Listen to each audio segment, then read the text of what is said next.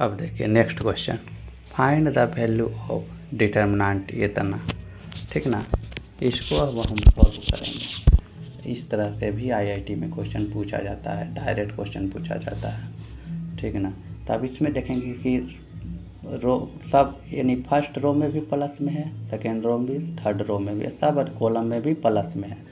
अगर ये वो रहता तो हम तो अलग अलग कर सकते थे, लेकिन ये सब में है। तब हम सब में जब रहेगा प्लस में तो उसको मल्टीप्लिकेशन रूल लगाएंगे, ठीक है ना। दो डिटर्मिनेंट को प्लस करते हैं, मल्टीप्लाई करते हैं, तब हमको इस तरह से मिलता है।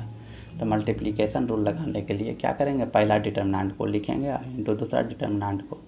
तो पहला डिटर्मिनेंट कैसे लिखेंगे, यानी A1 L1, देखो यहाँ पर यहीं पता चल जाएगा। A1 L1 फर्स्ट रो के इसको गुना करते हैं, दो डिटर्मिनेंट रहता है इस तरह से, इनटू दो डिटर्मिनेंट को इस तरह से गुना करते हैं, जैसे दो डिटर्मिनेंट यानी फर्स्ट रो इसका फर्स्ट कॉलम, तो A1 इसका फर्स्ट रो और L1 इसका फर्स्ट कॉलम, ठीक है ना।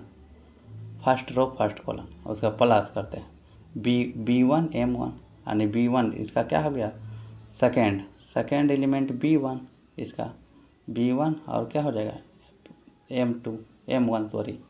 M1, ये तो हमको पता चल गया। यानी इसको गुना करेंगे तो यही आएगा A1 L1, ठीक है ना, प्लस देंगे B1 M1, ठीक है ना। अब यहाँ पर तीसरा भी तो होना चाहिए, 3 ऑर्डर करो, 3 ऑर्डर का है, 3 ऑर्डर का डिटर्मिनेंट है, तो ये भी 3 ऑर्डर का डिटर्मिनेंट आना चाहिए। तो हमको यहाँ पर पता ही नहीं क्या चीज़ है, जब नहीं कुछ यहाँ पर दिया हुआ रहेगा, इसका मतलब क्या होगा, यहाँ 0 होगा, ठीक है ना। उसी तरह से ये वाला तो कंप्लीट हो गया। अब दूसरा हम देखो A1 L2, अब फर्स्ट रो फर्स्ट कॉलम में, अब फर्स्ट रो सेकेंड कॉलम में नहीं जाएंगे, A1 L2, यहाँ L2 हो जाएगा, ठीक है ना। अब प्लस B1 और M2, B1 M2 हो जाएगा, यहाँ M2 दिया हुआ B1 M2, ठीक है ना। अब नीचे क्या है, यहाँ पर प्लस में एक बार होना चाहिए, यहाँ पर नहीं है, तो इसका मतलब क्या है, यहाँ पर 0 होगा। उसी तरह से यहाँ भी नहीं है, तो इसका मतलब क्या होगा, यहाँ 0 होगा, ठीक है ना।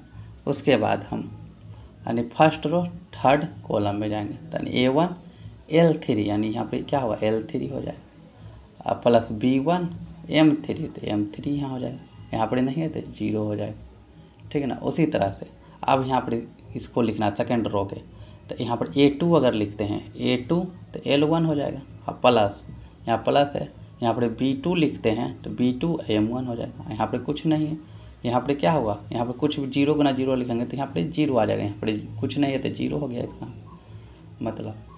उसी तरह से इसको मल्टीप्लाई करेंगे दूसरा से तो वही आ जाएगा A2 L2 plus B2 M2 आ गया ना, अब प्लस 0, यहाँ पर 0 हो जाएगा, कोई दिक्कत नहीं।